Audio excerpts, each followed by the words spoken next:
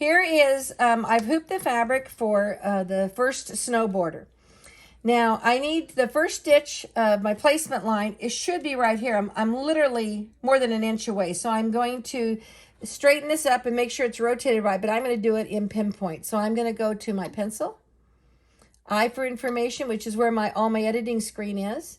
Second one down on the right is pinpoint.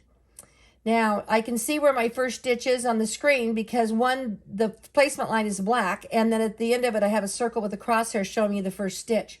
When I activate the butterfly, this circle is going to go away. So that's why I need to look to see where that is.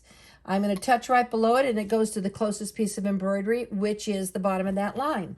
Now I'm going to use my zigzag and my straight stitch knob, and I'm going to get my needle dead over the crosshair, exactly where my first design lined up, which is just over that crosshair. Let me drop my needle real fast and see if that's on.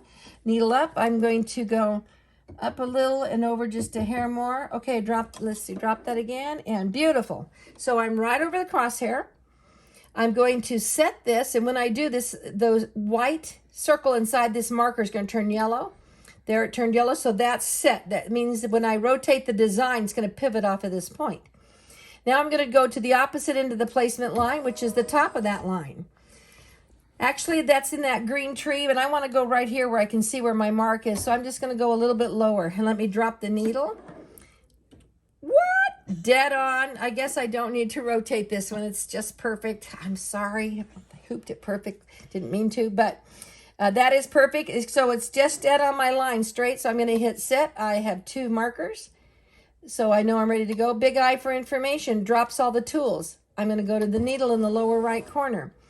I just walked that line in pinpoint, so I don't need to test it out to see if it's straight because I already know it is. I'm going to go to color number 2.